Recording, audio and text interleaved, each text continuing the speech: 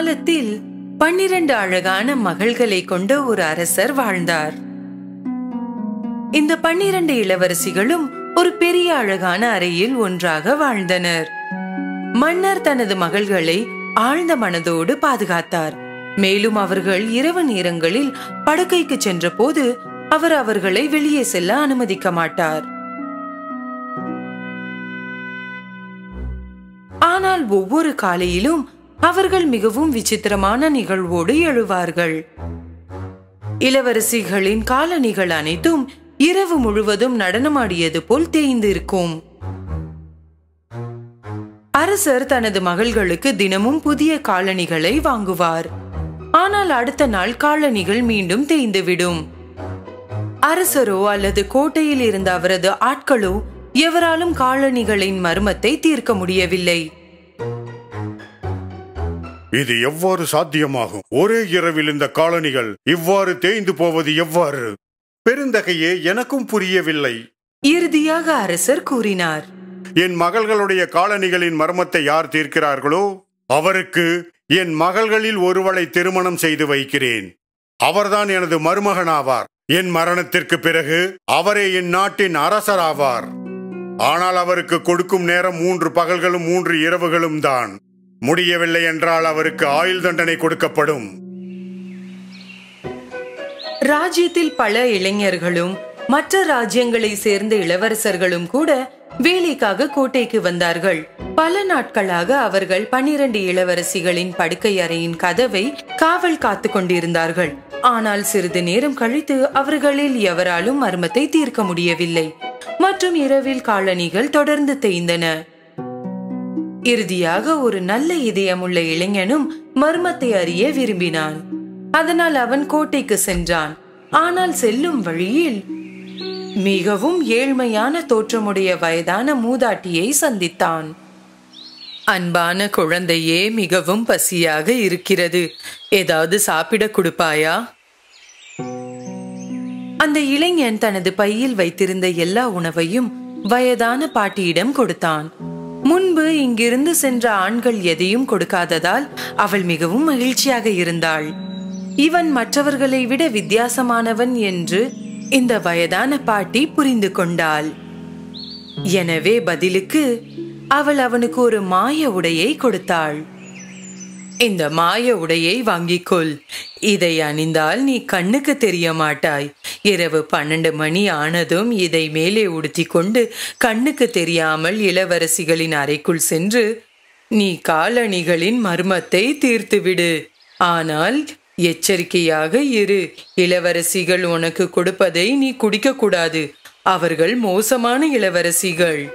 அந்த இளைஞன் மாய உடையை எடுத்துக்கொண்டு கோட்டைக்குள் சென்றான். மேலும் அவன் காலணிகளின் மர்மத்தை தீர்க்க அங்கே வந்து இருப்பதாக கூறினான். முதல் நாள் அவன் இளவரசிகளின் கதவுக்கு முன் காவலில் இருந்தபோது எலுமிச்சை பழசாறுடன் மூத்த இளவரசி வெளியே வந்தாள். உங்களுக்கு தாகமாக இருக்கும். நாங்கள் உங்களுக்காக சில எலுமிச்சை பழச்சாறு தயார் செய்துள்ளோம், அருந்துங்கள். அந்த இளைஞன் அந்த மூதாட்டியின் எச்சரிக்கையை மறந்து குடித்து விட்டான். பிறகு அவன் ஆழ்ந்த தூக்கத்தில் விழுந்தான்.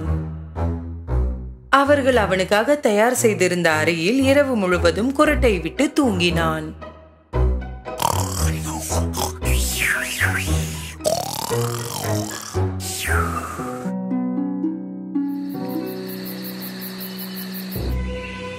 விடிந்தவுடன் அந்த இளைஞன் பீதியில் எழுந்து நின்றான். நான் மாய ஆடை அணிந்து இளவரசியின் அறைக்கு செல்ல வேண்டியிருந்ததே. 2வது இரவில் அந்த இளைஞன் மீண்டும் இளவரசிகளின் அறைக்கு முன்னால் காவலில் நின்றான். இந்த முறை மற்றொரு இளவரசி கையில் பழச்சாறுடன் வெளியே வந்தாள். இளைஞன் இரவு நேரத்திற்காக காத்து கொண்டிருந்ததால் தாகமாக இருந்தான். யோசிக்காமல் அவனுக்கு வழங்கப்பட்ட அனைத்து சாறுகளையும் குடித்தான். அவன் மீண்டும் ஒரு முறை ஆழ்ந்த உறக்கத்திற்கு சென்றான். மறுநாள் காலையில் அவன் எழுந்தபோது அந்த வயதான மூதாட்டி வார்த்தைகள் நினைவுக்கு வந்தன. ஆனால் எச்சரிக்கையாக இரு, இளவரசிகள் உனக்கு கொடுப்பதை குடிக்க கூடாது. நான் குடித்த பானத்தில் இளவரசிகள் தூக்க மருந்து கலந்திருப்பார்கள். அந்த நேரத்தில் அரசர் அவனுக்கு அருகில் வந்தார். 2 நாட்கள் முடிந்துவிட்டன. இன்னும் முன்னால் அந்த காலனிகளின் மர்மத்தை தீர்க்க முடியவில்லை. என்றும் முன்னால் தீர்க்க முடியவில்லை என்றால் உன் வாழ்நாள் முழுவதும் சிறையில் கழிக்க வேண்டியதுதான். அரசர் தனது பேச்சை முடித்துவிட்டு சென்று விட்டார். இந்த மர்மத்தை அந்த இளைஞன் இன்று தீர்க்க வேண்டியிருந்தது. அன்று இரவு கடைசியாக அந்த இளைஞன் இளவரசிகளின் கதவின் முன் காவலில் நின்றான். இந்த முறை இளைய இளவரசி கையில் ஆரஞ்சு பழச்சாறு கொண்டு வெளியே வந்தாள். ஆனால் இந்த இளைஞன் இப்போது அறிந்திருந்தான். அவன் அதை வாங்கிக் கொண்டு இளவரசிக்கு நன்றி சொன்னான். இளவரசி சென்ற பிறகு ஆரஞ்சு சாற்றை அருகில் இருந்த ஒரு பூத்தொட்டியில் ஊற்றினான். இந்த முறை அவன் தூங்காமல் நின்று கொண்டிருந்தான். இரவு வந்தது. விரைவில் நள்ளிரவானது. அந்த இளைஞன் மாய ஆடையை உடுத்தி கண்ணுக்கு தெரியாதவனாக மாறினான். மெதுவாக அவன் கதவை திறந்தான். அப்போது அவன் பார்த்ததை அவனால் நம்ப முடியவில்லை. இளவரசிகள் அனைவரும் தங்களின் மிக அழகான ஆடைகள் அணிந்து தலைமுடி அலங்காரம் செய்து அவர்களின் புதிய காலணிகளை அணிந்திருந்தார்கள். வாசலில் இருந்த இளைஞன் தூங்கிவிட்டானா என்று பார்ப்போம். இளவரசி ஒருவள் கதவை திறந்து வெளியே பார்த்தாள். மேலும் மற்றொரு இளவரசி தன் காதை சுவரில் வைத்தாள். அந்த நேரத்தில் அந்த இளைஞனுக்கு சில குரட்டை சத்தங்கள் செய்ய வேண்டும் என்று தெரியும்.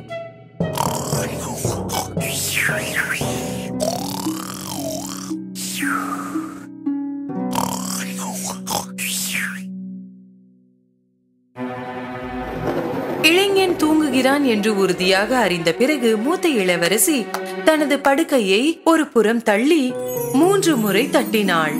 படுக்கையின் இடத்தில் ஒரு ரகசிய பாதை திறக்கப்பட்டது. அந்த இளைஞனால் அதை நம்ப முடியவில்லை. இளவரசிகள் அனைவரும் உள்ளே சென்றார்கள். அந்த இளைஞன் பின்தொடர்ந்தான். ரகசிய பாதையில் படிக்கட்டுகள் இருந்தன. அதில் 100கணக்கான படிகள் கீழே சென்று கொண்டிருந்தது. இறங்கும் போது அந்த இளைஞன் தற்செயலாக ஒரு இளவரசியின் பாவாடையை மிதித்து விட்டான். யாரோ என் பாவாடையில் கால் வைத்தார்கள். என்ன முட்டாள்தனம்! அது நீயாதான் இருப்பாய். படிக்கட்டுகள் முடிந்ததும் அவர்கள் ஒரு காட்டுக்குள் வந்தார்கள். அவர்கள் அழகான வெள்ளி கிளைகளுடன் இருந்த பெரிய மரங்களை கடந்தார்கள். அந்த இளைஞன் ஒரு கிளையை உடைத்து வைத்துக் கொண்டான். இளவரசிகளை பின்தொடர்ந்தான். ஒரு ஆற்றின் கரையில் வந்தார்கள். ஆற்றில் அன்னம் வடிவத்தில் 12 படகுகள் இருந்தன. அவற்றில் 12 இளவரசர்கள் இளவரசிக்காக காத்திருந்தனர். அவர்கள் படகுகளில் ஏறினார்கள். இளைஞன் கடைசியாக இருந்ததில் ஏறினான். படகு வழக்கத்தை விட கனமாக இருக்கிறது. இன்னொருவர் இருப்பது போல் உள்ளது, இல்லையா? நீ கனவு காண்பதை நிறுத்து. அவர்கள் ஆற்றை கடந்த பிறகு ஒரு பெரிய பளபளப்பான கோட்டையை கண்டார்கள். உள்ளிருந்து இசை வருவதை கேட்க முடிந்தது. ஜன்னல் வழியாக பார்த்தபோது அந்த இளைஞன் பலர் நடனமாடுவதை கண்டான். அவர்கள் கோட்டைக்குள் நுழைந்தவுடன் இளவரசிகள் நடனமாட தொடங்கினர். அவர்கள் ஒருபோதும் சோர்வடையாமல் நடனமாடிக்கொண்டே இருந்தார்கள். அவர்களின் காலணிகள் தேய்ந்து போக ஆரம்பித்தன.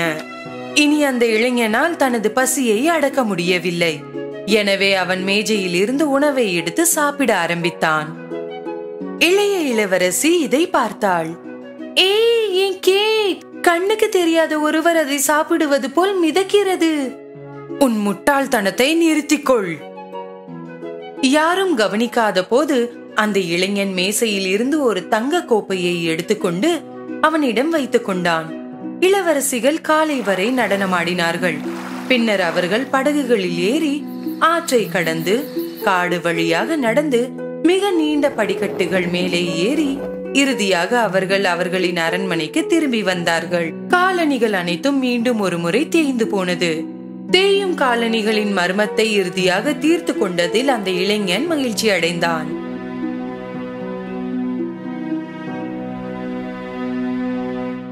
சிறிது நேரம் கழித்து அரசர் அந்த இளைஞனிடம் வந்தார். உனக்கு கொடுத்த கெடு முடிந்து விட்டது. இன்னும் முன்னால் ரகசியத்தை கண்டுபிடிக்க முடியவில்லை. கண்டுபிடித்து விட்டேன் அரசே.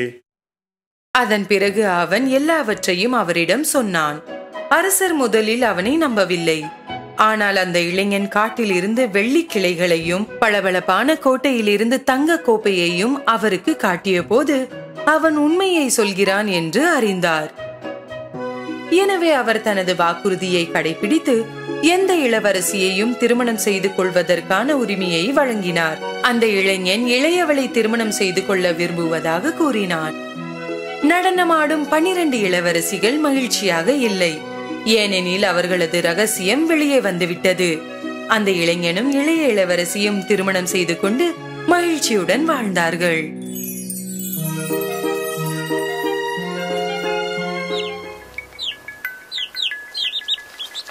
ஒரு காலத்தில் தொலைதூர தேசத்தில் ஒரு அழகான மற்றும் கனிவான பெண் வாழ்ந்தாள். ஒரு நாள் அவளுடைய தாய் இறந்த பிறகு அவளுடைய தந்தை வேறொரு பெண்ணை மறுமணம் செய்து கொண்டார். தீய இதயம் உள்ள மாற்றான் தாயின் 2 மகள்களும் தீயவர்கள்தான். அவளுடைய மாற்றாந்தாய் மற்றும் சகோதரிகள் அவளை மிகவும் மோசமாக நடத்தினர். போ, நீ எங்களுடன் உட்காரக்கூடாது. ஆமாம், உட்காராதே. அடடா, கீழே விழுந்து விட்டது. சீக்கிரம் சுத்தம் செய். என்ன பார்க்கிறாய்? அவர்கள் வெளியே சுற்றுலா போகும்போது இவள் வீட்டிலேயே தங்கி வீட்டு வேலைகள் அனைத்தும் செய்ய வேண்டியிருந்தது. வீட்டில் அனைவரும் அவளை சிண்ட்ரெல்லா என்று அழைத்தார்கள். அவள் சோர்வோடு நெருப்புக்கு முன் பூனையுடன் உட்கார்ந்து நெருப்பை பார்ப்பாள். ஒரு நாள் காலை அவர்களுக்கு அரண்மனையில் இருந்து அழைப்பு வந்தது. இளவரசரை கௌரவப்படுத்த அரண்மனையில் நடன விருந்து நடைபெற இருக்கிறது. திருமணத்திற்கு தகுதியான பெண்கள் அனைவரும் அழைக்கப்படுகிறார்கள். மாற்றாந்தாய் தனது மகள்களை நடன விருந்திற்கு தயார் செய்து கொண்டிருந்த போது சிண்ட்ரெல்லா விருப்பமின்றி அவர்களுக்கு உதவி செய்தாள். நீங்கள் விருந்தில் மிக அழகான பெண்களாக இருக்க வேண்டும். இளவரசர் உங்களை விரும்ப வேண்டும். நான் ஏன் போக முடியாது? திருமணத்திற்கு தகுதியான பெண்கள் அழைக்கப்பட்டிருக்கிறார்கள். அப்படியா? நீ விருந்திற்கு இதை அணிய போகிறாயா? விருந்திற்கான நாள் வந்ததும் வீட்டில் தனியாக இருந்தபோது சிண்ட்ரெல்லா தனது நிலைமையை நினைத்து அழ ஆரம்பித்தாள்.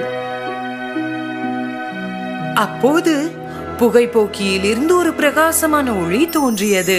பிரகாசமான ஒளி மூலம் ஒரு அழகான தேவதை தோன்றியது. இந்த தேவதை அவளுடைய அம்மா என்பதால் சிண்ட்ரெல்லாவால் நம்ப முடியவில்லை.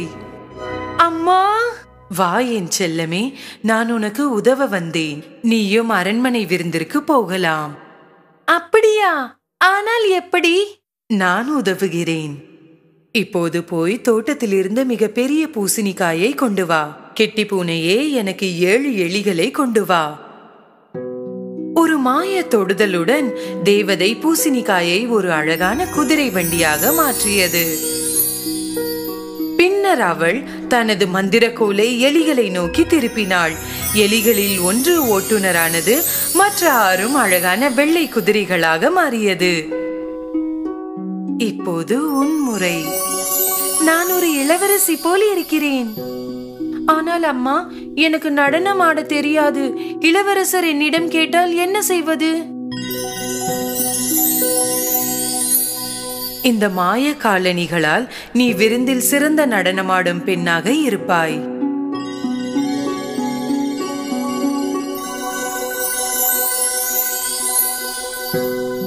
நீ இளவரசருடன் நடனமாட வேண்டும்.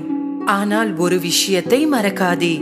சரியாக நள்ளிரவில் மந்திரம் போய்விடும். எனவே 12 மணிக்குள் நீ வெளியேற வேண்டும். சரிங்கம்மா, நான் நள்ளிரவுக்கு முன் வருவேன். சத்தியம்.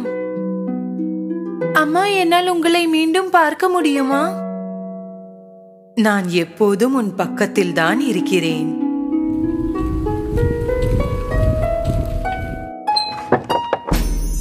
சிண்ட்ரெல்லா நேர்த்தியுடனும் அழகோடும் அரண்மனைக்குள் நுழைந்த போது திடீரென்று எல்லா தலைகளும் அவளை நோக்கி திரும்பின. அவளுடைய மாற்றாந்தாய் கூட அவளை அடையாளம் காண முடியவில்லை. அழகான இளவரசர் அவளுடைய அழகால் ஈர்க்கப்பட்டார். அரசரும் அரசியும் சிண்ட்ரெல்லாவை மிகவும் விரும்பினர். இளவரசி என்றால் அழகில் இப்படிதான் இருக்க வேண்டும். இளவரசர் உடனடியாக சிண்ட்ரெல்லாவை நடனமாட அழைத்தார். சிண்ட்ரெல்லாவின் மாய காலணிகளின் உதவியோடு அழகாக ஆடினாள். மாற்றாந்தாய் மற்றும் அவளது மகள்கள் அவளது அழகை கண்டு அதிர்ந்து போய் பொறாமையால் ஆத்திரத்தில் இருந்தனர். சிண்ட்ரெல்லா மிகவும் மகிழ்ச்சியாக இருந்தாள். நேரம் எவ்வளவு விரைவாக கடந்துவிட்டது என்பதை அவளால் உணர முடியவில்லை. திடீரென்று சுவரில் இருந்த கடிகாரம் அவள் கண்களில் தென்பட்டது. கிட்டத்தட்ட நள்ளிரவு ஆகிவிட்டது. அங்கே நின்று கொண்டிருந்த இளவரசரை விட்டுவிட்டு நடனமாடியின் படிக்கடியில் இருந்து கீழே ஓடினாள். அவள் ஓடிக்கொண்டிருந்த போது ஒரு மாய காலனி நழுவி விட்டது. ஆனால் திரும்பி அவள் காலனியை எடுக்க போதுமான நேரம் இல்லை.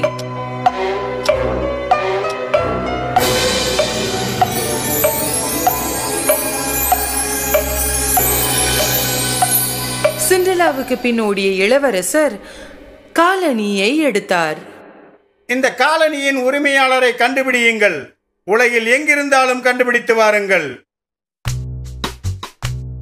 சிப்பாயிகள் நாடு முழுவதும் வந்து ஒவ்வொரு கதவையும் தட்டி ஒவ்வொரு இளம் பெண்ணையும் காலனியை முயற்சிக்க அனுமதித்தனர்.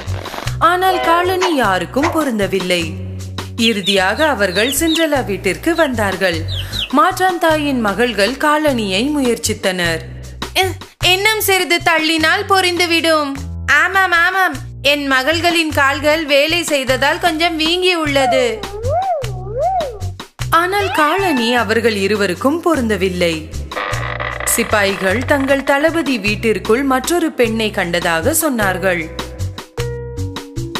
வீட்டிற்குள் இன்னொரு பெண் இருக்கிறாள். சிண்ட்ரெல்லா காலனியை அணிந்தவுடன் அது அவளுக்கு பொருந்தியது.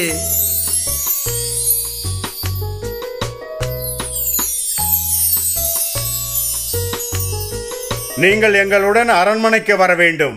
உங்களுக்காக அரசர் காத்திருக்கிறார் இளம்பெண்ணே. இளவரசரின் ஆட்கள் சிண்ட்ரெல்லாவை அரண்மனைக்கு அழைத்து சென்றனர்.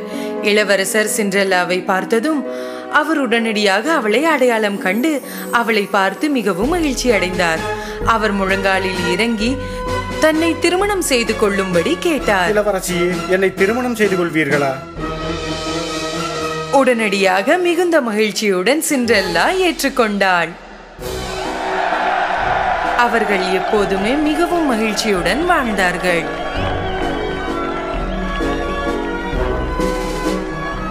ஆனால் என் காலனி அதன் மந்திரத்தை இழக்கவில்லை என்பது எப்படி நடந்தது? நான் எப்போதும் உன் பக்கத்தில் தான் இருக்கிறேன். அம்மா, நீங்கள் என்னுடன் இருக்கிறீர்கள் என்று புரிந்துவிட்டது. ஒரு காலத்தில் ஹைடி என்ற சிறிய பெண் இருந்தாள். அவளுடைய பெற்றோர்கள் இறந்து போனதால் அவளுடைய அத்தை அவளை கவனித்துக் கொண்டிருந்தாள். ஆனால் ஒரு நாள் அவள் மலைகளில் தன் தாத்தாவின் சிறிய குடிசைக்கு ஹைடியை அழைத்து சென்றாள். தாத்தா ஆம் வயதான சிடுமூஞ்சு மனிதராக இருந்தார். அவர் ஆப்ஸில் ஒரு சிறிய குடிசையில் வாழ்ந்தார். ஹைடி தனது தாத்தாவை முதல் முறையாக இப்போதுதான் பார்த்தாள். மற்றொரு நகரத்தில் வேலை கிடைத்ததாக கூறி ஹைடியின் அத்தை தனது தாத்தாவுடன் ஹைடியை விட்டு நகரத்திற்கு திரும்பினாள். தாத்தா மக்களிடமிருந்து தனிமைப்படுத்தப்பட்ட வாழ்க்கையை வாழ்ந்து கொண்டிருந்தார். உண்மையில் அவரது பேத்தி அங்கு இருந்ததில் அவருக்கு மகிழ்ச்சி. ஆனால் அதை ஹைடிக்கு காட்டவில்லை. தாத்தா பரன் மேல் அறையில் ஒரு நல்ல வசதியான படுக்கை தயார் செய்தார். ஹைடி முதல் பார்வையில் இருந்து தன் தாத்தாவை நேசித்தாள். அவளின் மகிழ்ச்சியான நேரங்கள் மலைகளில் ஆரம்பிக்க இருந்தன. காலையில் எழுந்தபோது அவள் தாத்தாவின் பெரிய நாய் ஜோசப்பை பார்த்தாள். ஹைடி ஜோசப்பை நேசித்தாள். பின்னர் ஒரு நாள் அவள் மலையேறி கொண்டிருந்த போது ஆடு மேய்ப்பவனான பீட்டரை புல்வெளியில் சந்தித்தாள். நான் உன்னை இங்கு பார்த்ததே இல்லையே. நேத்து தான் வந்தேன். தாத்தாவுடன் இங்குதான் இருக்க போகிறேன். அடுத்த சில நாட்களில் பீட்டர் தன்னுடன் ஹைடியை புல்வெளியில் ஆடு மேய்க்க அழைத்து சென்றான். அவர்கள் மலைகளில் ஒன்றாக ஏறத் தொடங்கினர். எல்லாமே ஹைடிக்கு புதுமையாகவும் உற்சாகமாகவும் இருந்தது. ஒரு மேய்ப்பவன் எப்படி இருக்க வேண்டும் என்பதை பற்றி பீட்டரிடம் இருந்து நிறைய கற்றுக்கொண்டாள். அதிகம் காட்டவில்லை என்றாலும் தாத்தா ஹைடியை மிகவும் நேசித்தாள். மகிழ்ச்சியாக வயல்வெளியில் விளையாடி களைத்தாலும் அவளது தாத்தாவின் வீட்டு வேலைக்கு உதவ அவள் ஒருபோதும் மறந்து விடுவதில்லை. அவள் தாத்தாவின் மர அடுப்பில் சிறிது ரொட்டி சுடுவது அவளுக்கு மிகவும் பிடிக்கும். பீட்டரின் பாட்டியிடம் அவள் ரொட்டி எடுத்துக்கொண்டு போவாள் மற்றும் பீட்டரின் பாட்டி பதிலில் அவளுக்கு கறந்த ஆட்டுப்பால் கொடுப்பார். ஒரு நாள் கோடை முடிந்து மற்றும் அது குளிர்கால நேரமாக இருந்தது. பீட்டர் பள்ளிக்கு செல்ல தொடங்கிய போது ஹைடி தனியாக பொழுதை போக்க எதுவும் இல்லாமல் இருந்தாள். ஒரு நாள் ஹைடியின் அத்தை நகரத்திற்கு மீண்டும் ஹைடியை கூட்டிச் செல்ல வந்தாள். அவள் வேலைக்கு சென்று இவளுக்கு வீட்டில் கல்வி கற்றுக் கொடுக்க நினைத்தாள். தாத்தா முதலில் கோபமடைந்து அதை ஏற்கவில்லை. ஆனால் அதை பற்றி அவர் நினைத்த போது ஹைடி நகரத்தில் தங்கி படிக்கவும் எழுதவும் கற்றுக்கொள்வாள் என்று அவர் உணர்ந்தார். ஆனால் எனக்கு போக வேண்டாம், தாத்தாவை நான் நேசிக்கிறேன். ஹைடி கோபமடைந்தாள். ஆனால் மீண்டும் மலைகளில் திரும்பி வருவாள் என்ற அத்தை உறுதி அளித்த பின் ஒப்புக்கொண்டாள். அவரது அத்தை மற்றும் ஹைடி நீண்ட ரயில் சவாரிக்கு பிறகு ஒரு பெரிய மாளிகையில் வந்தனர். வாவ், பெரிய வீடு, இங்கே இருப்போமா? ஹைடி அந்த வீட்டில் இருந்த கிளாரா என்ற ஒரு சிறிய பெண்ணை சந்திக்கிறாள். அவள் குழந்தையாக இருந்தபோது நடந்த விபத்தினால் அவளால் நடக்க முடியாது. கிளாராவுடன் இருப்பதற்காக ஹைடியின் அத்தை ஹைடியை இங்கே அழைத்து வந்தாள். கிளாரா மற்றும் ஹைடி மிகவும் நன்றாக ஒன்றாகி சிறந்த நண்பர்கள் ஆனார்கள். நகர்ப்புற வாழ்க்கையை பற்றி அதிகம் தெரியாமல் அவளது முட்டாள்தனமான தவறுகளால் கிளாரா சிரிப்பாள். கிளாராவின் பாட்டி மிகவும் கடுமையான மற்றும் கண்டிப்பான பெண். எழுந்திரு சோம்பேறி பெண்ணே, படிக்கும் நேரம், நிறைய கற்றுக்கொள்ள வேண்டும். கிளாராவின் பாட்டி ஹைடிக்கு எப்படி இருக்க வேண்டும் மற்றும் இரவு உணவு மேஜையில் கத்தி மற்றும் முற்கரண்டியை எவ்வாறு பயன்படுத்துவது என்பதை கற்றுக் கொடுத்தார். ஹைடி நகரத்தில் வசிக்கும் மக்களைப் போலவே ஆடை அணிந்தாள். ஆனால் அந்த ஆடைகள் அவளுக்கு சௌகரியமாக இல்லை. கிளாரா ஹைடிக்கு வாசிக்கவும் படிக்கவும் கற்றுக்கொள்ள உதவி செய்தாள். ஹைடி கிளாராவுடனும் எல்லோருடனும் இங்கே இருப்பதை விரும்பினாள். ஆனால் அவள் மலைகள் மற்றும் அவளது தாத்தாவை அதிகமாக நினைத்தாள். ஹைடியால் சோகத்தினால் சாப்பிடக்கூட முடியவில்லை. அவள் மிகவும் ஏக்கத்தில் இருந்தாள். கிளாராவின் தந்தை மற்றும் பாட்டி ஹைடியின் சோகத்தை உணர்ந்தார்கள். சிறிது நேரம் கழித்து அவளுடைய தாத்தாவிடம் அவளை அனுப்ப முடிவு செய்தார்கள். ஆனால் ஹைடி போவதால் கிளாரா மிகவும் வருத்தமாக இருந்தாள். நாம் நேசிப்பவரின் மகிழ்ச்சியில்தான் நம் மகிழ்ச்சி இருக்க வேண்டும் என்று பாட்டி கூறினார். இறுதியாக விடைபெறும் நேரம் வந்தது. ஹைடி கிளம்பிய போது கிளாரா அடுத்த வருடம் மலைகளில் அவளை பார்க்க வருவாள் என்று ஹைடியின் அத்தை சொன்னாள். திரும்பி மலை பிரதேசத்திற்கு வந்ததில் ஹைடி மிகவும் மகிழ்ச்சி அடைந்தாள். அவள் வீட்டிற்கு செல்வதற்கு முன் பீட்டரின் வீட்டிற்கு சென்றாள். பீட்டரின் பாட்டிக்கு கிளாரா கொடுத்த ரொட்டியை ஹைடி கொடுத்தாள். அவள் வீட்டிற்கு ஓடி சென்று அவள் தாத்தாவை இறுக்கமாக கட்டி அணைத்து கொண்டாள். அவர்கள் மீண்டும் சந்தோஷமாக இருந்தார்கள். சில நாள் கழித்து ஹைடி பெரும் மகிழ்ச்சி அடைந்தாள். ஏனென்றால் கிளாரா வருவதாக இருந்தது. மலை பிரதேசத்திற்கு வந்த பிறகு கிளாரா பீட்டரை நிறைய நேசித்தாள். ஆனால் பீட்டர் தயக்கமாக இருந்தான். ஏனென்றால் ஹைடி கிளாராவின் நகரத்திற்கு திரும்பி செல்ல போவதாக பயந்தான். கிளாரா, ஹைடி மற்றும் பீட்டர் மலை பிரதேசத்தில் மகிழ்ச்சியாக வாழ்ந்தனர். மலை பிரதேசத்தின் தூய்மையான காற்று மற்றும் இயற்கையான உணவு கிளாராவிற்கு நன்மையை அளித்தது. ஆனால் கிளாராவுடன் ஹைடியின் நெருங்கிய நட்பின் காரணமாக பீட்டர் பொறாமைப்பட ஆரம்பித்தான். பீட்டருக்கு கிளாராவின் சக்கர வண்டியை தள்ளுவதும் பிடிக்காது. ஒரு நாள் பீட்டர் கிளாராவின் சக்கர வண்டியை குன்றில் தள்ளிவிட்டான். இது எல்லாவற்றையும் தீர்க்கும் என்று அவன் நினைத்தான். சக்கர வண்டி இல்லாமல் தூய மலை காற்றினால் கிளாரா மிகவும் வலுவானாள். மேலும் ஹைடியின் உதவியுடன் மெதுவாக நடக்க தொடங்கினாள். சிறிது நேரத்திற்கு பின் அவள் உதவி இல்லாமல் நடக்க தொடங்கினாள். என்னால் நடக்க முடிகிறது. ஹைடி, இது உன்னால் தான் நடந்தது. ஒரு நாள் கிளாராவின் தந்தையும் பாட்டியும் வருகை தந்தார்கள். கிளாரா நடப்பதை பார்த்தபோது அவர்கள் கண்களை அவர்களால் நம்பவே முடியவில்லை. அவர்கள் தாத்தா மற்றும் ஹைடிக்கு நன்றி சொன்னார்கள். அந்த நேரத்தில் பீட்டர் செய்ததை நினைத்து வருந்தினான். கிளாராவின் சக்கர வண்டியை குன்றில் தூக்கி போட்டதை ஒப்புக்கொண்டான். உங்கள் எல்லோரிடமும் நான் மன்னிப்பு கேட்கிறேன். நான் செய்தது தவறு. நாங்கள் உன்னை மன்னிக்கிறோம். நீ செய்தது தப்பு. ஆனால் இப்போது கிளாரா நடக்கிறாள்.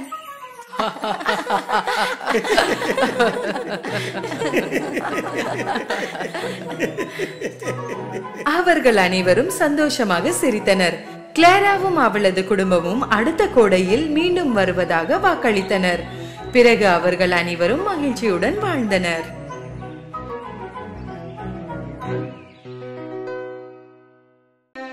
அது புத்தாண்டின் குளிரான பனியிரவு நாள். அனைவரும் வெதுவெதுப்பாக இருக்க கோட்டுகள், கையுறைகள் மற்றும் சால்வையை அணிந்து எங்கேயோ செல்வதற்கு விரைந்து கொண்டிருந்தனர். சிலர் நேரமாகிவிட்டது என்று வீட்டிற்கு விரைந்து கொண்டிருந்தனர். சிலர் புத்தாண்டை கொண்டாட சென்று கொண்டிருந்தனர். ஒவ்வொருக்கொருவர் பனிப்பந்துகளை வீசிக்கொண்டு தெருவில் குழந்தைகள் விளையாடி கொண்டிருந்தனர். அவர்கள் பணியை மிகவும் அதிகமாக நேசிப்பவர்கள். அவர்கள் மகிழ்ச்சியாக விளையாடி சிரித்துக் கொண்டிருந்தனர். ஆனால் அந்த தெருவில் ஒரு பெண் இருந்தாள். அவள் மற்ற விளையாடும் குழந்தைகளை விட வித்தியாசமாக இருந்தாள். அந்த பெண் தெருவின் நடுவில் நின்று விளையாடும் குழந்தைகளை பார்த்து கொண்டு இருந்தாள். அவளிடம் மற்றவர்களைப் போல் குளிரில் இருந்து தன்னை காப்பாற்றிக் கொள்ள ஆடைகள் இல்லை. அணிந்த ஆடையும் மெல்லிசாக கிழிந்திருந்தது. அவள் அணிந்திருந்த காலணி சரியான அளவில் இல்லாம பெரிதாக இருந்தது. அவள் கையில் ஒரு பெட்டி இருந்தது. அவள் குளிரில் நடுங்கிக் கொண்டிருந்த போது ஒரு வண்டி வருவதை அவள் பார்க்கவில்லை. குழந்தை, தெருவில் ஓரமாக நில், இல்லை என்றால் வண்டி உன்னை இடித்து விடும். அந்த சிறுமி உடனே நடைபாதையை நோக்கி சென்றாள். ஆனால் அவள் வேகமாக ஓடும்போது அவள் காலில் இருந்த காலணி நழுவியது. அவள் நடைபாதையை அடைந்த பிறகு அவள் திரும்பி பார்த்தாள். ஒரு பையன் அவளது காலணியை எடுத்து ஓடுவதை பார்க்கிறாள். என்னோட செருப்பு! அவள் கத்திக்கொண்டு அவன் பின்னால் ஓடினாள். ஆனால் அவன் வேகமாக ஓடிவிட்டான். வேறு வழி இல்லாமல் அவள் வெறும் காலில் நடந்து ஒரு சுவற்று அருகில் தஞ்சம் அடைந்தாள். அவள் பிடித்திருந்த பெட்டியை திறந்து கீழே வைத்தாள். குளிரினால் கண்களில் கண்ணீர் நிரம்பி அவள் பெட்டியில் இருந்த தீக்குச்சிகளை பார்த்து கொண்டிருந்தாள். இவள் தீக்குச்சி விற்கும் சிறிய பெண். ஆனால் இன்று அவள் ஒரு தீக்குச்சி பெட்டிகளை கூட விற்க முடியவில்லை. ஒருவேளை அவளால் இன்று கொஞ்சம் வித்து சம்பாதிக்க முடிந்தால் அவள் வீட்டிற்கு சென்று தன் அம்மாவுடன் சிறிது உணவை சாப்பிட முடியும். அதனால் அவள் குளிரில் நடுங்கிய தன் மெல்லிய குரலில் கத்த ஆரம்பித்தாள். தீப்பெட்டி, தீப்பெட்டி, யாராவது தீப்பெட்டி வாங்கிக் கொள்ளுங்கள். தெருவில் யாரும் அவளை கண்டு கொள்ளவில்லை. அதனால் அவள் சோகமாக சுவற்றின் அருகில் உட்கார்ந்தாள். அவள் விரல்கள் குளிரில் வலிக்க ஆரம்பித்தது. அவளால் அந்த வலியை தாங்க முடியவில்லை. அதனால் எப்படியாவது அவள் தன்னை வெப்பமாக்கிக் கொள்ள வேண்டும் என்று நினைத்து தீப்பெட்டியை திறந்து தீக்குச்சியை வெளியே எடுத்தாள். தீக்குச்சியை பிடிக்க முடியாத அளவு அவளின் விரல்கள் மரத்து போயிருந்தன. தனது நடுங்கும் கைகளால் அவள் சுவற்றில் தேய்ச்சி தீக்குச்சியை பொருத்தினாள். அப்போது கதகதப்பான ஒளி அவளை சுற்றியது. அந்த சிறுமி தீக்குச்சிகளை ஒரு கையில் இருந்து மற்றொரு கைக்கு மாற்றிக்கொண்டே இருந்தாள். பிறகு அவள் கை ஜில்லுன்னு இருக்கவில்லை. அவள் தன்னை ஒரு அடுப்பு அருகில் கண்டாள். பிறகு நெருப்பை பார்த்து கொண்டே அவள் கனவு காண ஆரம்பித்தாள். அவள் ஒரு அழகான அறையில் ஒரு பெரிய அடுப்பு முன்னால் உட்கார்ந்து கொண்டிருந்தாள். அவள் கம்பளி ஸ்வெட்டர் அணிந்திருந்தாள். காலில் மொத்தமான காலணி மற்றும் தலையில் தொப்பியும் இருந்தது. அவளுக்கு வேர்க்கும் அளவு சூடாக இருந்தது. ஆனால் திடீரென்று தீ அணைந்து விட்டது. தீக்குச்சி அணைந்த பிறகு அவள் கனவும் மறைந்து விட்டது. பிறகு அவள் விரல்கள் உறைந்து மீண்டும் வலிக்க ஆரம்பித்தது. அவள் இன்னொரு தீக்குச்சியை பத்த வைத்தாள். அத்தருணத்தில் குளிர்ந்த காற்று வீசியது. அதனால் அந்த சிறுமி சுவற்று அருகில் சென்று தன் கைகளால் நெருப்பை மூட்டி அணையாமல் பார்த்து கொண்டாள். அவள் பார்த்து கொண்டிருக்கும் போது திடீரென்று சுவர் மறைந்து திறக்கப்பட்டது. உள்ளே ஒரு பெரிய அறை இருந்தது. வெள்ளை துணியுடன் மேசையில் அனைத்து வகையான உணவுப் பொருட்களும் வைக்கப்பட்டிருந்தது மற்றும் வெள்ளி மெழுகுவர்த்தி அந்த அறையை பகல் போல் ஒளியேற்றியது. அந்த மேசையை பார்க்கும்போது மேசையின் நடுவில் ஒரு பெரிய அழகான சமைத்த மாமிச துண்டு வைக்கப்பட்டிருப்பதை அவள் பார்க்கிறாள்.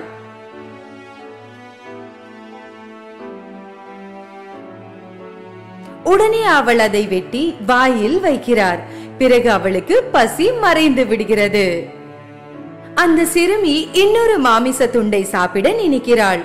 அவள் அதை தொட போனாள். ஆனால் அவள் கையில் இருந்த தீக்குச்சி விரைவில் அணைந்து விட்டது.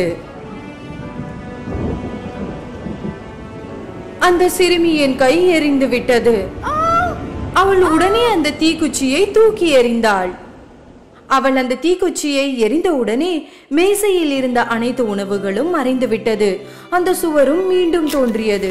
அந்த தீக்குச்சி சிறுமி இன்னொரு தீக்குச்சியை பத்த வைத்தாள். இப்போது அவள் இன்னொரு பெரிய கனவு கண்டாள். ஒரு கோடை இரவில் ஆகாயத்தில் நட்சத்திரங்களை பார்த்து கொண்டு ஒரு மரத்தடியில் உட்கார்ந்திருந்தாள்.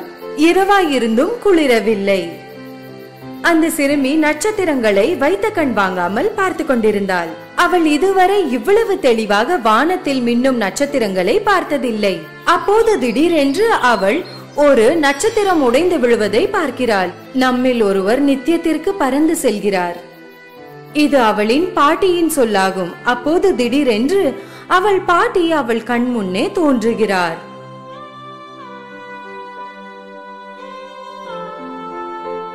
எப்போது நீ உடையும் நட்சத்திரத்தை பார்த்தாலும் அதன் இடத்தை வேறொன்று எடுத்துக்கொள்ளும்.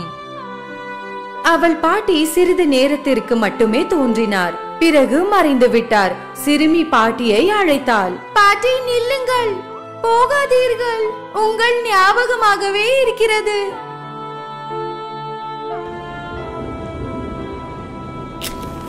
பாட்டியை பார்க்க அவள் மீண்டும் ஒரு முறை தீக்குச்சியை பற்ற வைத்தாள். அவள் தெருவில் குளிரில் நடுங்கிக் கொண்டு இருப்பதை கூட அறியாமல் அவள் மீண்டும் கனவு காண ஆரம்பித்தாள். தீக்குச்சியை ஒவ்வொரு முறையும் பத்த வைக்கும் போது அவளுடைய பாட்டியை பார்ப்பது மற்றும் பாட்டியின் குரலை கேட்பது போன்று அவளுக்கு தோன்றியது. சிறுமி இன்னொரு தீக்குச்சியை பத்த வைத்தாள். பகல் போல் தோன்றியது. அவள் இதற்கு முன் அவளின் பாட்டியை இவ்வளவு அழகாக பார்த்ததில்லை. பாட்டியின் முகம் அவளது குளிரான மற்றும் கடுமையான நாட்களை மறக்க செய்தது. இந்த தருணம் முடியக்கூடாது என்பதற்காக அவள் கடைசி தீக்குச்சியை வேகமாக பொருத்தினாள். அவளின் பாட்டி அவளுக்கு எதிரே மீண்டும் தோன்றுகிறார். சிறுமியின் கையை பிடித்து ஆகாயத்தில் இருவரும் பறக்க ஆரம்பிக்கின்றனர். சிறிய பெண் திடீரென்று நிம்மதியாக உணர்ந்தாள். அவள் குளிர் மற்றும் பசியை உணரவில்லை. அப்போது இன்னொரு நட்சத்திரம் உடைந்து விழுந்தது.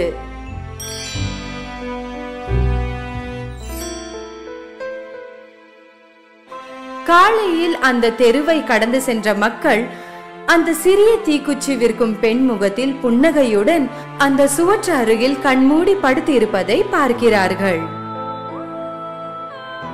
அவள் அருகில் நிறைய பத்த வைத்த தீக்குச்சிகள் கிடந்தன. யாரும் எப்போதும் காணப்படாத கனவுகளை அந்த எரிந்த தீக்குச்சிகள் இவளுக்கு கொண்டு வந்து சேர்த்தன.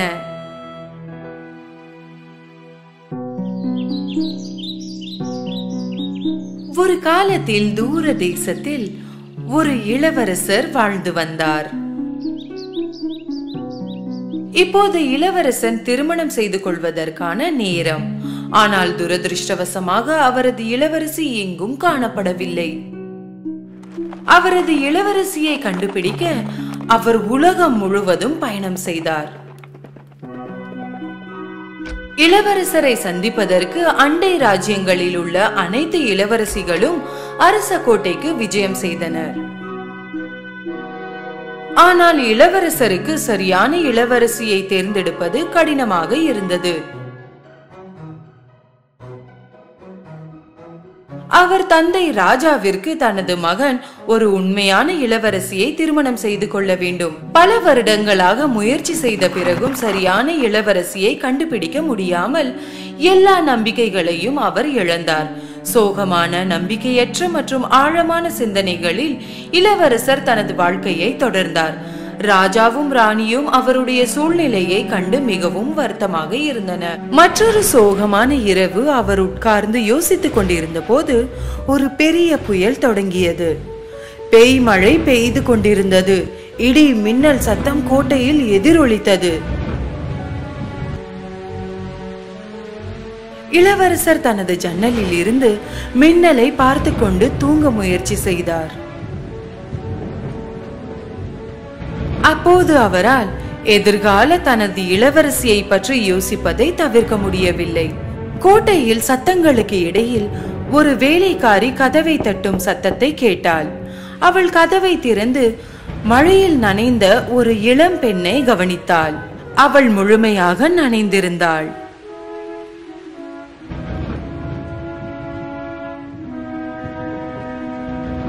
அந்த நிலையிலும் அந்த இளம் பெண் அழகாகவும் பண்புடனும் தோன்றினாள். அவள் சிரமப்பட்டு பேசினாள். என்னை உள்ளே அனுமதிக்க முடியுமா? நான் தனியாக இருக்கிறேன். காட்டில் தொலைந்து விட்டேன். அந்த வேலைக்காரி பரிதாபப்பட்டு அரசர் மற்றும் அரசியிடம் தெரிவிக்க சென்றாள். இந்த நேரத்தில் வந்திருக்கும் அவளை நாம் மறுக்க கூடாது. அவளை உள்ளே அனுமதி. உடனே அரசர் காவலாளிகளுக்கு தெரிவித்து கட்டளையிட்டார். காவலாளிகள் அந்த பெண்ணை கோட்டையில் அனுமதித்து அவளை நெருப்புக்கு முன்னால் உட்கார வைத்தனர். அந்த பெண் நனைந்திருப்பதை பார்த்து அரசி அவளுக்கு துணியை கொண்டு வர கட்டளையிட்டார்.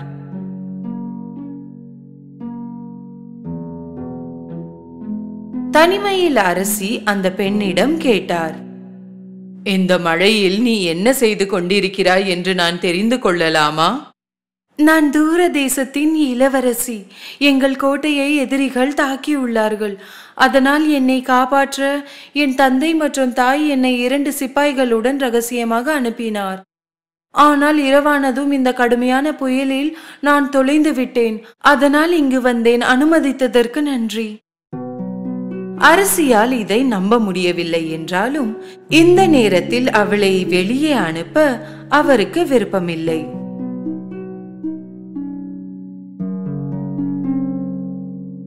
இளவரசர் யார் இந்த மர்மமான பெண் என்று பார்க்க ஆர்வமாக இருந்தார். அவர் அவளை சந்திக்க விரும்பினார். அந்த சமயத்தில் ராணி அவளுக்கு கொடுத்த உடை அணிந்து அவளுடைய தலைமுடி உலர்ந்து அவள் இப்போது தன்னை போல உணர்ந்தாள். இப்போது அவள் மிகவும் அழகாக மற்றும் பண்புடன் தோன்றினாள். இளவரசர் அறையில் நுழைந்தவுடன் அவள் அழகை பார்த்து நம்ப முடியவில்லை. மெய் மறந்தார். ஆனால் அவள் உண்மையில் ஒரு இளவரசி தானா என்று நிச்சயம் தெரிந்து கொள்ள விரும்பினார். ராணி இளவரசனிடம் நிலைமையை கையாண்டு அவள் ஒரு உண்மையான இளவரசியா என்று கண்டுபிடிக்க போவதாகவும் கூறினார். உண்மையான இளவரசியா என்று இன்று இரவு கண்டுபிடிக்கலாம். இளவரசரும் இளவரசியும் இரவு முழுவதும் பேசிக்கொண்டே இருந்தனர். இளவரசருக்கு அவளை பிடித்து போனதால் அவளை பற்றி இன்னும் அறிந்து கொள்ள நினைத்தார். அரசி விருந்தினர் அறையை இந்த பெண்ணிற்காக தயார் செய்து படுக்கையில் பட்டாணியை போட்டு அதில் 7 மெத்தைகளை வைத்தார். அந்த இளம் பெண் விசித்திரமான படுக்கையில் இரவை தூங்கி கழித்தாள்.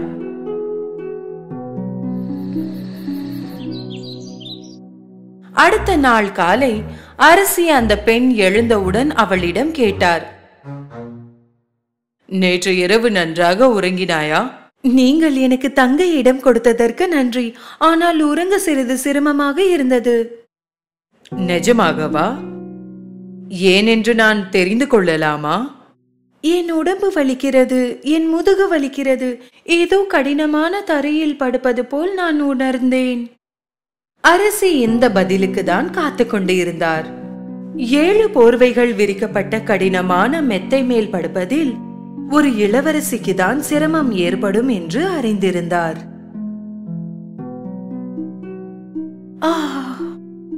அரசி இளவரசரிடம் சென்று அனைத்தையும் கூறினார். இதை அனைத்தையும் கேட்ட பிறகு அந்த பெண் உண்மையான இளவரசி என்று அறிந்த இளவரசரால் தன் மகிழ்ச்சியை அடக்க முடியவில்லை.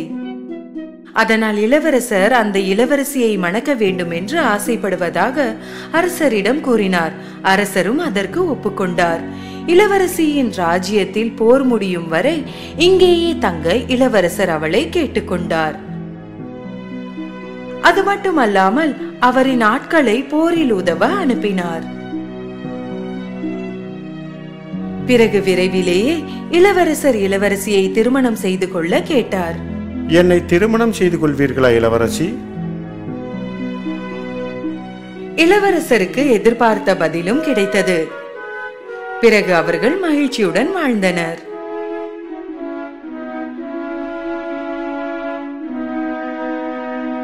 அன்று இரவு இளவரசர் பட்டாணிகளை ஒரு கண்ணாடி குப்பியில் வைத்து கோட்டையில் எல்லோரும் பார்க்கும்படி ஒரு மூலையில் வைத்தார். உண்மையான காதலை நம்பிய நிறைய பேர் அதை பார்க்க வருகை தந்தனர்.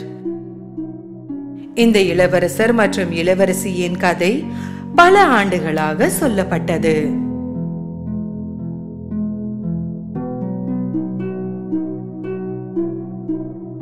அவர்களுக்கு குழந்தைகள் இல்லை. ஆனால் அவர்கள் உண்மையில் ஒரு பெண் குழந்தையை பெற விரும்பினர். கொஞ்ச நாட்களுக்கு பிறகு அந்த இளம் பெண் மாசமாக இருந்தாள். ஒரு நாள் அவள் ஜன்னலுக்கு வெளியே பார்த்து கொண்டிருந்த போது அருகில் ஒரு அழகான இலைக்கோசு தோட்டத்தை கண்டாள். அப்போது அவள் அந்த இலைக்கோசை சாப்பிட வேண்டும் என்று விரும்பினாள். எனக்கு அந்த இலைக்கோசை சாப்பிட வேண்டும். அந்த பெண்மணி தனது பசியை இழந்து இடையையும் இழந்தாள். ஒரு நாள் இறுதியாக அவள் கணவர் அவளுக்காக மிகவும் கவலைப்பட்டார். அவர் தனது மனைவியிடம் ஒரு கொத்து இலைக்கோசை கொண்டு வருவதாக உறுதியளித்தார். கவலைப்படாதே அன்பே, நான் உனக்கு லெட்டூஸ் எடுத்து வருகிறேன். ஆனால் இது மிகவும் ஆபத்தானது என்று உங்களுக்கு தெரியும். பக்கத்து வீடு வலிமையான ஒரு சூனியக்காரிக்கு சொந்தமானது. தோட்டம் பெரிய சுவர்களால் சூழப்பட்டது. யாருக்கும் நுழைய துணிவில்லை. கணவர் தனது பலத்தை சேகரித்து சுவரில் ஏறினார். தோட்டத்திற்குள் நுழைந்து ஒரு சில இலைக்கோசை எடுத்தார்.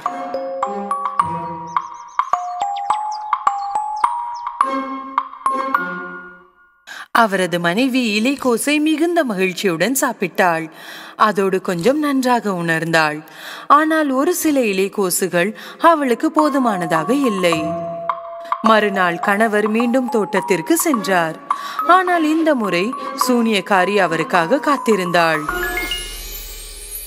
என் தோட்டத்திற்குள் வந்து என் இலைக்கோசை திருடுவதற்கு உனக்கு எவ்வளவு தைரியம் இருக்கும்? என் மனைவி கர்ப்பமாக இருக்கிறாள். உங்கள் லெட்டூஸுக்காக ஏங்குகிறாள். நீ என் அனுமதியை கேட்டிருக்க வேண்டும் இல்லையா? உங்களை பார்த்தால் எங்களுக்கு பயம். என்னை அனுமதிப்பீர்கள் என்று எனக்கு தெரியாது. மன்னித்து விடுங்கள். உன்னை மன்னிக்கவா? இதற்காக நீ தண்டிக்கப்படுவாய். என் மனைவி லெட்டூஸ் சாப்பிட முடியாவிட்டால் நோய்வாய்ப்படுவாள். குழந்தையும் பெற முடியாது. கொடுங்கள்.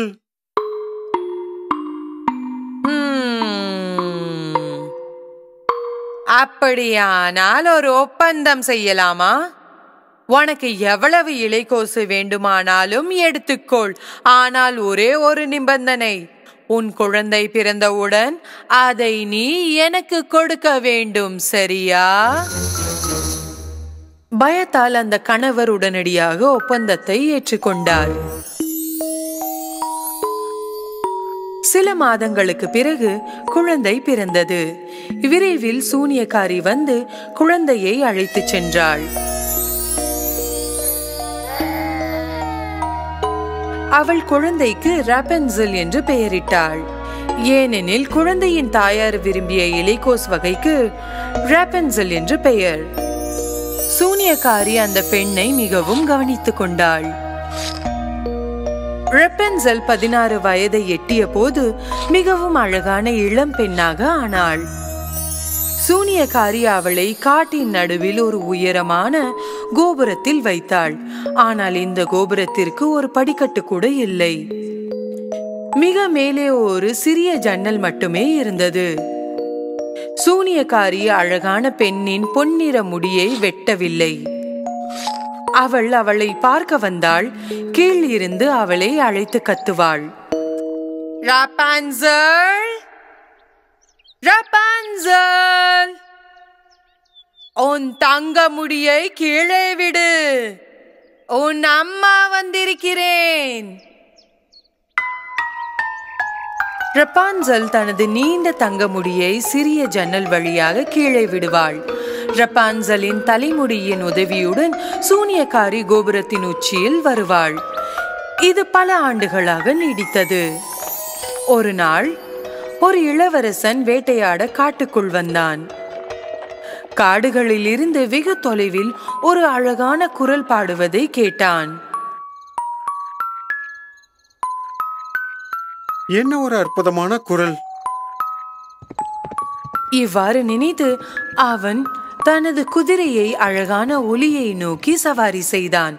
அவன் ரேபன்சல் வசிக்கும் கோபுரத்திற்கு வந்தபோது அவன் அக்கம் பக்கம் பார்த்தான். ஆனால் கோபுரத்தின் மேலே ஏற எந்த படிக்கட்டுகளோ அல்லது வேறு எதுவோ இல்லை.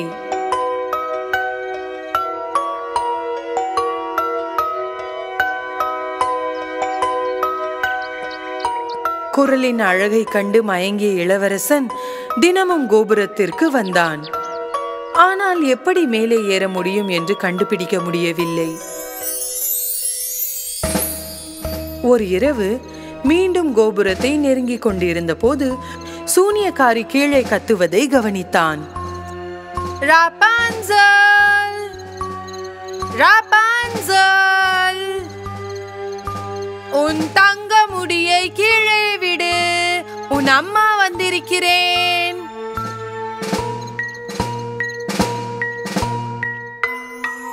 ரேபன்சல் தனது நீண்ட தங்க முடியை சிறிய ஜன்னல் வழியாக கீழே விட்டாள். அவளின் தலைமுடியின் உதவியுடன் சூனியக்காரி கோபுரத்தின் உச்சிக்கு வந்தாள். மறுநாள் சூரிய அஸ்தமனத்திற்கு பிறகு இளவரசன் கோபுரத்திற்கு சென்றான். அவனது குரலை மாற்றி கத்தினான். ரேபன்சல், ரேபன்சல், உன் தங்க முடியை கீழே போடு, நான் உனது அம்மா.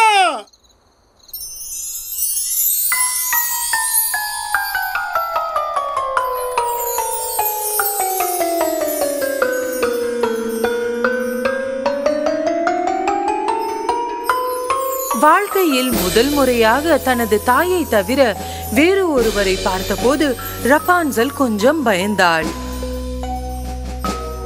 நீ என் அம்மா இல்லை, ஏன் இங்கு வந்திருக்கிறாய்? நீங்கள் பயப்பட வேண்டியதில்லை. நீங்கள் பாடுவதை நான் கேட்டேன்.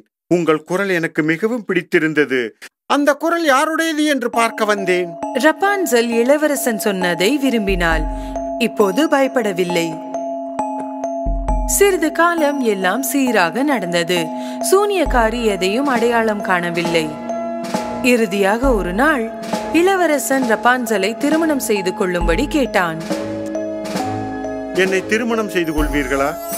இந்த அழகான இளவரசனின் விருப்பத்தை ரேபன்சல் மகிழ்ச்சியுடன் ஏற்றுக்கொண்டாள். ஆனால் இந்த கோபுரத்தில் இருந்து கீழே இறங்க ரேபன்சலுக்கு எந்த வழியும் இல்லை. திடீரென்று அவளுக்கு ஒரு யோசனை வந்தது. அன்றிலிருந்து இளவரசன் கோபுரத்திற்கு வரும்போதெல்லாம் ஒரு துண்டு துணியை கொண்டு வர தொடங்கினான். கயிறாக பயன்படுத்த ரேபன்சல் இந்த துண்டுகளை ஒன்றாக கட்டினாள். ஆனால் ஒரு நாள் ரேபன்சல் ஒரு பெரிய தவறு செய்து விட்டாள். தற்செயலாக அவள் வாயிலிருந்து ஒன்றை நழுவ விட்டாள். அம்மா, இளவரசர் உங்களை விட வேகமாக ஏறுவார். எந்த இளவரசன்? எந்த இளவரசன்? அப்போது சூனியக்காரி ஏதோ ஒரு விஷயம் இருப்பதை உணர்ந்து கத்த ஆரம்பித்தாள். நீ எப்படி என்னை ஏமாற்ற முடியும்? நான் உலகின் தீமைகளில் இருந்து உன்னை பாதுகாக்க முயற்சித்துக் கொண்டு இருந்தேன். அவளது கோபத்தை அடக்க முடியாமல் சூனியக்காரி திடீரென ரப்பான்சலின் அழகிய தங்க முடியை வெட்டினாள்.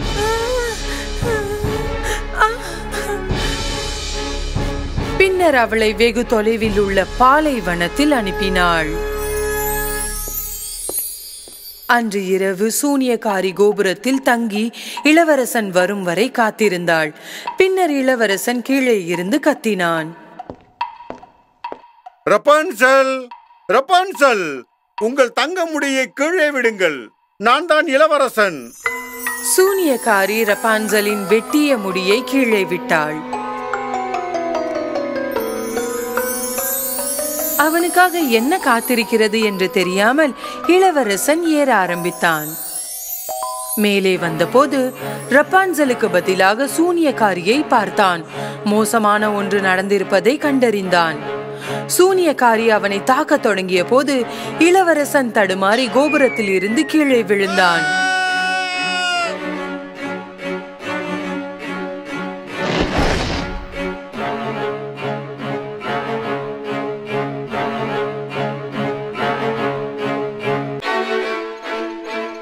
கீழே இருந்த புதர்களால் அவன் உயிருடன் இருக்க முடிந்தது.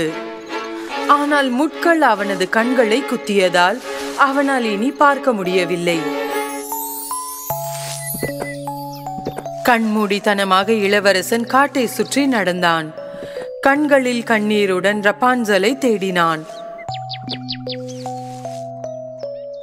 காட்டில் கண்ட தாவரங்களையும் காட்டு பழங்களையும் உண்டான். அவன் நடந்து சென்றான்.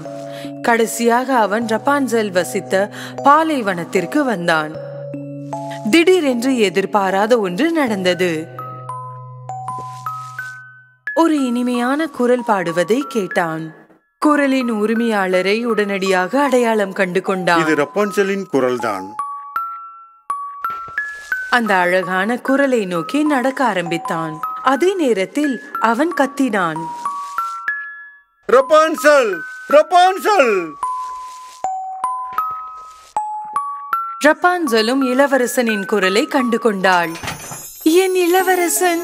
அவள் அவனை நோக்கி ஓட ஆரம்பித்தாள். இளவரசன்! இறுதியாக அவர்கள் ஒருவரை ஒருவர் கண்டுபிடித்தார்கள். அவரை கண்டதும் ரப்பான்சல் தனது இளவரசனை கட்டிப்பிடித்து ஆனந்த கண்ணீரை பொழிந்தாள். ரப்பான்சலின் கண்ணீர் இளவரசனின் கண்களை ஈரமாக்கியது. திடீரென்று ஒரு அதிசயம் நடந்தது. இளவரசனின் கண்கள் திறந்தன. அவன் மீண்டும் பார்க்க ஆரம்பித்தான். இதை பார்த்த ரப்பான்சல் மிகவும் மகிழ்ச்சி அடைந்தாள்.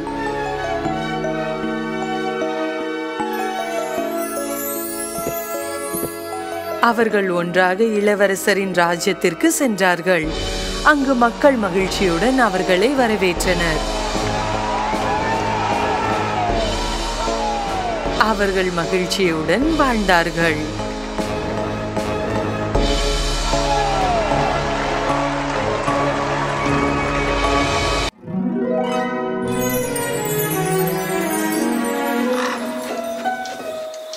பல வருடங்களுக்கு முன்பு ஒரு ராஜ்யம் இருந்தது. மகிழ்ச்சியான ஒரு ராஜ்யம். மற்றும் அந்த ராஜ்யத்தில் ஒரு ராஜா மற்றும் ராணி வாழ்ந்தனர். அவர்களுக்கு ஒரே ஒரு விருப்பம் மட்டும்தான் இருந்தது. அதாவது ஒரு குழந்தை வேண்டும் என்பது. அரசர் மற்றும் அரசி மிகவும் இரக்க குணமுடையவர்கள். ஒரு நாள் அவர்களின் விருப்பம் உண்மையாகும் என்று அவர்கள் இதயங்களில் அறிந்திருந்தார்கள். அதே மாதிரி அவர்களின் நம்பிக்கை உண்மையானது. அவர்கள் ஒரு பெண் குழந்தையால் ஆசிர்வதிக்கப்பட்டனர். அவள் பகலின் ஒளிரும் சூரியனாக பிரகாசமாக இருந்தாள். அவர்கள் இளவரசிக்கு அரோரா என்று பெயரிட்டனர்.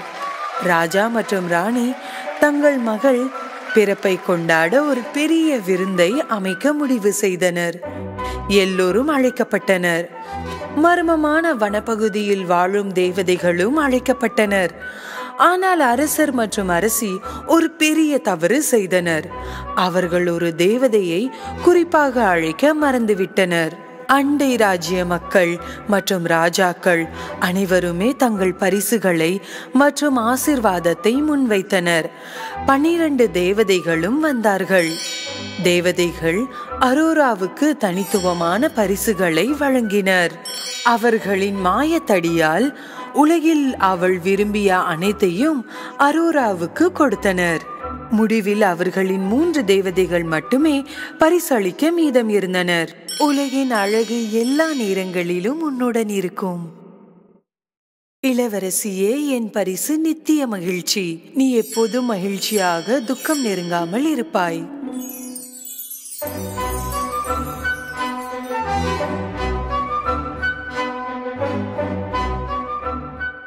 கடைசி தேவதை அவளது பரிசை கொடுக்க வந்தபோது ஏதோ ஒன்று எதிர்பார்க்கப்படாதது நடந்தது. முழு அரங்கமும் பச்சை புகையால் நிரம்பியது.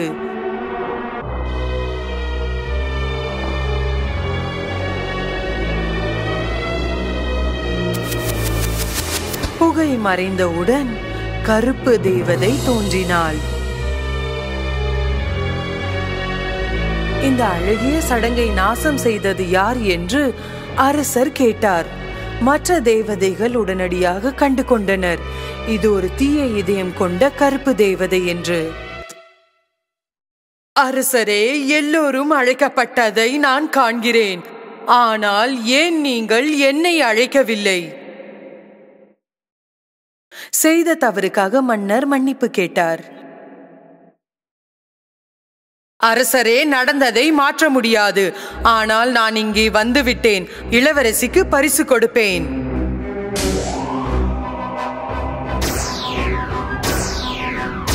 மிகவும் அழகான நம் இளவரசி மகிழ்ச்சியுடன் அன்புடன் இருப்பாள். செல்வத்தால் சூழப்பட்டிருப்பாள். ஆனால் இவளது 16வது பிறந்த நாள் என்று சூரிய அஸ்தமனத்திற்கு முன் அவள் ஒரு ஊசியுடன் தன்னை தானே குத்திக் கொள்வாள். அவள் இறந்து விடுவாள். இந்த அரக்கியை பிடியுங்கள். அரசர் கத்தினார். ஆனால் மோசமான சிரிப்போடு கருப்பு தேவதை மறைந்து விட்டாள்.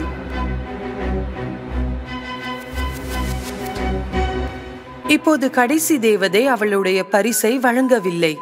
அவள் கருப்பு தேவதை போல் சக்தி வாய்ந்தவள் அல்ல.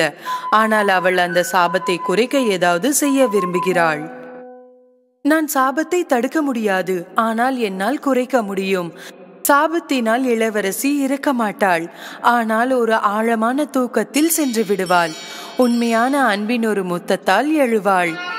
இது உனக்கென ஒரு பரிசு என் இளவரசியே.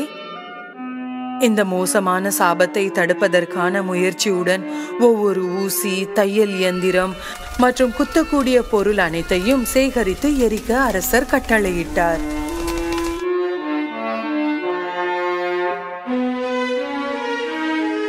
தேவதைகளின் ஆசிர்வாதத்துடன் ஒவ்வொருவரும் விரும்பிய ஒரு அழகான மற்றும் கனிவான குழந்தையாக இளவரசி அரோரா வளர்ந்தாள். கடினமாக இருக்க போவதால் ஒரு நாள் அவளுடைய அப்பா அரோராவை கவனித்துக் கொள்வதற்கும் பாதுகாப்பதற்கும் 3 தேவதைகளுக்கு கட்டளையிட்டார்.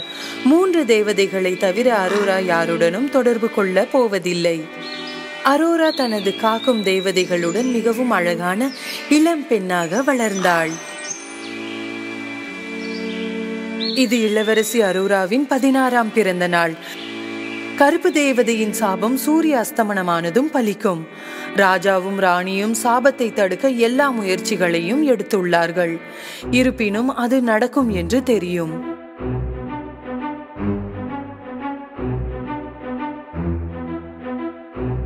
அவளை பாதுகாக்க ஒரு அறையில் அடைத்தார்கள். ஆனால் என்ன நடக்கிறது என்று தெரியாததால் அரோராவுக்கு பூட்டப்பட்டிருந்தது பிடிக்கவில்லை. திடீரென்று சுவரில் ஒரு கதவு தோன்றியது. இப்படி ஒரு கதவை பார்க்காததால் அரோரா மெய் மறந்தாள்.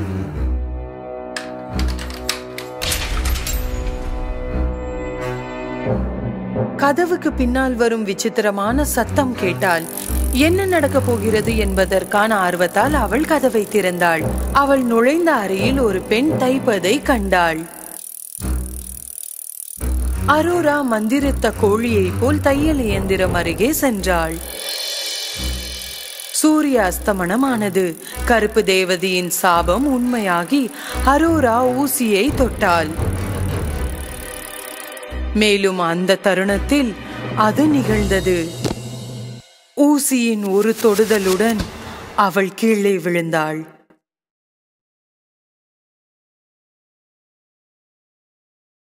நீண்ட உறக்கத்திற்கு சென்றாள். கருப்பு தேவதையின் சாபம் அரோராவின் 16வது பிறந்த நாளில் பலித்தது. தேவதைகள் மிகவும் அழகாக ஒரு சிறிய மலர் படுக்கை அறையில் படுக்க வைத்தார்கள். எல்லோரும் அரோராவை ஸ்லீப்பிங் பியூட்டி, அதாவது தூக்க அழகி என்று அறிய ஆரம்பித்தார்கள். ராஜா மற்றும் ராணி அவர்களின் வேதனையை நிறுத்த விரும்பினர். எனவே அரோரா எழும் வரை அவர்கள் கோட்டையில் உள்ள அனைவரையும் ஆழ்ந்த தூக்கத்தில் அனுப்ப முடிவு செய்தனர்.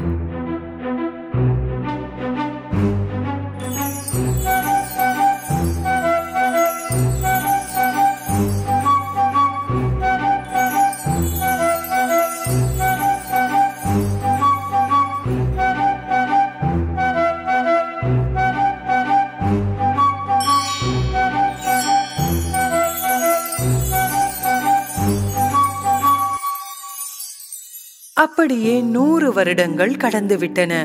ஒரு நாள் ஒரு இளவரசர் கோட்டையின் அருகில் இருந்து சென்று கொண்டிருந்தார். மேலும் அவர் குமிழ் மற்றும் தாவரங்களால் மூடப்பட்ட கோட்டையை பார்த்தார். அவரது ஆட்கள் கோட்டை மற்றும் ஸ்லீப்பிங் பியூட்டியை பற்றிய கதைகளை சொன்னார்கள். அது உண்மையிலேயே அவரை உற்சாகப்படுத்தியது. அதனால் அவர் உள்ளே செல்ல முடிவு செய்தார். புதர்கள் மிகவும் அடர்த்தியாக இருந்தன.